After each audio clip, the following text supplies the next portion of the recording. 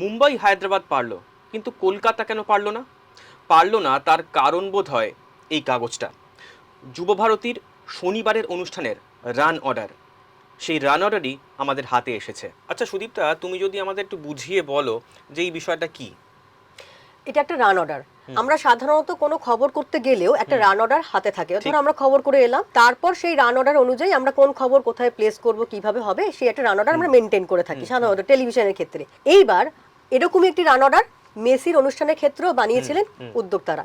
কি হবে প্রোগ্রামে, কি হবে, কি কি আছে, সমস্ত কিছু, কোনটার পর কোনটা যাবে, এটা দেখতে পাচ্ছি আমরা। Goat India tour Kolkata run order, এই অনুষ্ঠান সূচি আমাদের হাতে রয়েছে। এইবার আমি ঋত্বিক তোমার কাছে আসছি, সেটা হচ্ছে এই যে 9:55 থেকে এই যে গোটা রান অর্ডার আমরা দেখাচ্ছি দর্শকদের, যেটা হয়েছিল নির্ধারিত, সেই রান অর্ডার কি আদপেও মানা হয়েছে? মাঠের ভেতরে তুমি ছিলে, কি বলবে? যখন ঢুকলাম স্টেডিয়ামে 10টা নাগাদ এই সব কিছুই ফলো করা হচ্ছিল, পরপরই যাচ্ছিল। অ্যাঙ্কার অন্য কেউ ছিলেন, দেখতে পাচ্ছি ড্রোন ভিজুয়াল, হ্যাঁ ড্রোন উঠতে দেখেছি। অ্যাঙ্কার কথা বলছেন, অনেক ধরের গান হলো 10:15 নাগাদ।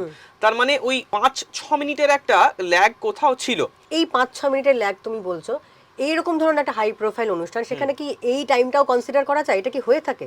দেখো এই অনুষ্ঠানের ক্ষেত্রে স্পেসিফিক্যালি বলা যায় দুপুর 2টোর সময় মেসির ফ্লাইট ছিল হায়দ্রাবাদ উড়ে যাওয়ার, তাই সময় কিন্তু হাতে যে খুব ছিল তা নয়, সেই সময়ের বাহুল্য ছিল না। ফলে এখানে টান একটা শিডিউল মেনটেন না করে পুরো অনুষ্ঠানটা করাই যাবে না।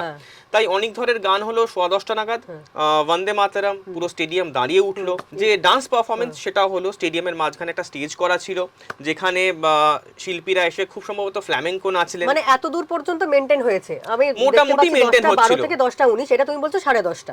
না 10:30 হয়তো নয়, মোটামুটি মেনটেন হচ্ছিল। 10:30 নাগাদ ঢুকলেন আমাদের ক্রীড়ামন্ত্রী অরূপ বিশ্বাস, এবং তিনি রীতিমতো গ্যালারির দিকে হাত নাড়তে নাড়তে ঢুকলেন। এই যে এখানে কিন্তু লেখা আছে 10:22 থেকে 10:32 টলিউড অন ফিল্ড, অর্থাৎ টলিউড তারকারা ফিল্ডে ঢুকবেন, এটাও কিন্তু একটা শিডিউলের মধ্যে রয়েছে। এই যে লাইভ আমরা অরূপ বিশ্বাসকে ঢুকতে দেখলাম। তিনি বাঁ দিক দিয়ে, মানে আমি ছিলাম A1-এ ছিলাম, উনি বাঁ দিক দিয়ে ঢুকলেন স্টেডিয়ামের দিকে হাত নাড়তে নাড়তে। তার কিছু পরে দেখলাম শুভশ্রী এলেন। শুভশ্রী এসে বসলেন। আমরা যে দেখলাম ভিডিও ভাইরাল হয়েছে, সোফায় আগুন লাগিয়ে দেওয়া হচ্ছে, চাঁদোয়াগুলো উল্টে ফেলে দেওয়া হচ্ছে, সেই শামিয়ানা কাটানো হয়েছিল, সেই তারই একটা এসে শুভশ্রী বসলেন, এবং তিনি সেখানেই ছিলেন। বিভিন্ন সময় বিভিন্ন জন এসে তার সঙ্গে ছবি তুলে যাচ্ছেন। আমাদের ক্রীড়ামন্ত্রীও এলেন।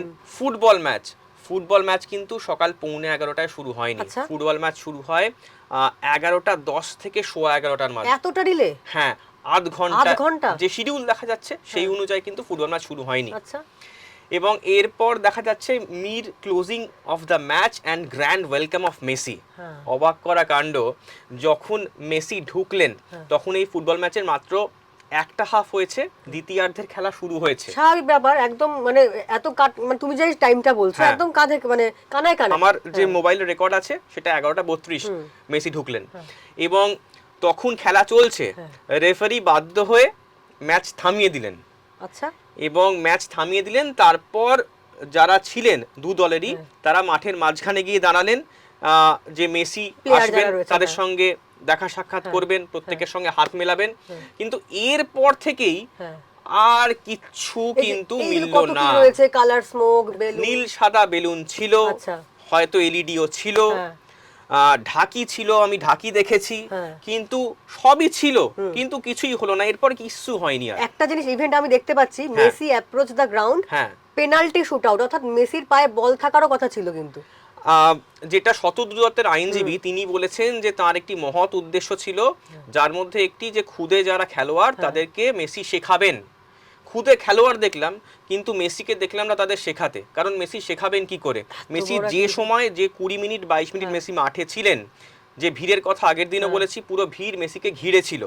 মেসি যেদিকেই যাচ্ছেন, মেসি এগোতে যাচ্ছেন, ভিড় তার পিছু পিছু যাচ্ছে। তার মধ্যে সিকিউরিটি, এগুলো করার তিনি সুযোগই পাননি, একটা কিচ্ছু হয়নি। এই যে আমি বললাম, ওই যে ফুটবল খেলা সেই যে থেমে গেল। এই যে একটা জিনিস দেখছি, two teams photo and handshake with Messi, এগুলো কিছু হয়েছে?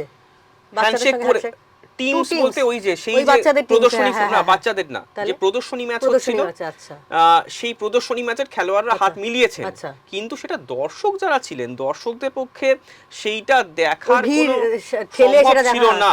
ইনফ্যাক্ট যেটা জায়ান্ট স্ক্রিনে দেখা যাচ্ছিল, সেই স্ক্রিনেতেও ভিড়ই দেখা যাচ্ছিল।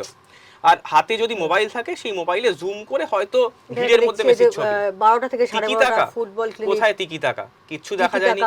এবং মুখ্যমন্ত্রীকে তো আমরা দেখিনি, এখানে দেখা যাচ্ছে যে মুখ্যমন্ত্রী আসবেন, তিনি সংবর্ধনা দেবেন। এইটা একটা দেখছি the king moment with Shahrukh Khan, এইটা 12:30 থেকে 12:35 শাহরুখ খানের সঙ্গে মেসি দাঁড়াবেন, কিং মোমেন্ট ছিল সেটা না, সেসব কিছুই হয়নি। আচ্ছা আমার কথা হচ্ছে এই ছবি কিন্তু আমরা দেখলাম, হ্যাঁ কে দিলেন? সচিন টেন্ডুলকার মেসিকে দিলেন, মানে একই রকম প্রোগ্রাম শিডিউল কিন্তু কলকাতার ক্ষেত্রে করা হয়েছিল, যা আমি দেখতে পাচ্ছি। সেই সুযোগও ছিল, এখানে সেখানে সচিন আর এখানে আমাদের কলকাতার গর্ব সৌরভ গাঙ্গুলি, প্রিন্স অফ ক্যালকাটা। ওখানে যা ছবি আমরা দেখেছি একই রকম ভাবে আমরা সল্টলেক যুব ভারতীতে দেখতে পারতাম।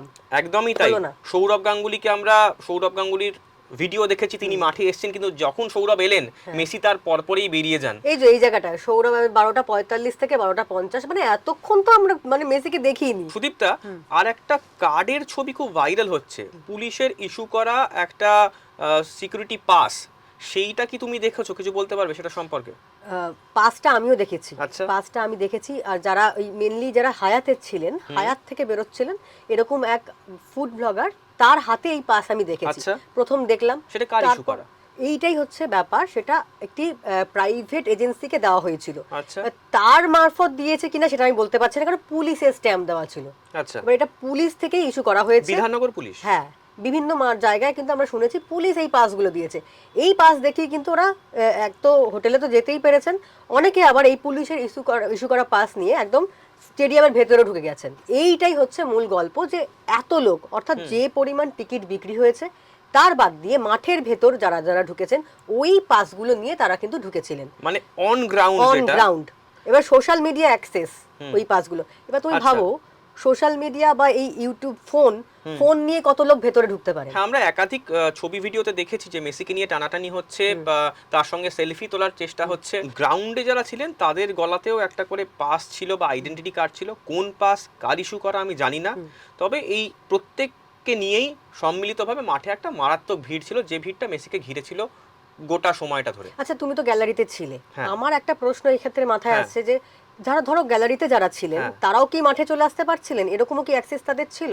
যে সময়টা মেসি মাঠে ছিলেন, যে সময়টা ক্রীড়ামন্ত্রী মাঠে ছিলেন, সেই সময়টা কিন্তু আমি মাঠে কোনো গ্যালারির কাউকে ঢুকতে দেখিনি। যে ভিডিও ভাইরাল হয়েছে যে একটা গোল পোস্ট, তার পেছনে দরজা ভাঙা হচ্ছে, ওটা হচ্ছে ডার্বি ম্যাচের সময় ইস্ট বেঙ্গল সমর্থকরা যেদিকে বসেন সেই দিকেরই গোল পোস্ট, সেইটার ভাঙারই ভিডিও, সেইখানকার গেট ভাঙার ভিডিও ভাইরাল হচ্ছে। সেখান দিয়ে আমি প্রথম ঢুকতে দেখি উন্মত্ত জনতাকে। তাহলে দেখাই যাচ্ছে যে 1:05 মেসি বেরোনোর কথা, কিন্তু মেসি বেরোলেন প্রায় এর 1 ঘন্টা আগে। আর যে কারণেই দর্শকরা হতাশ হলেন, ক্ষোভ ছড়িয়ে পড়লো যুবভারতীতে, এবং তারপর কি ঘটলো তা তো আমরা সবাই দেখেছি, কলকাতার মাথা হেঁট হয়েছে। কিন্তু এই শিডিউল কেন মানা হলো না? এই শিডিউল কি সবাইকার হাতে ছিল? এই ব্যর্থতার দায় কে নেবে? কমেন্টে অবশ্যই জানান।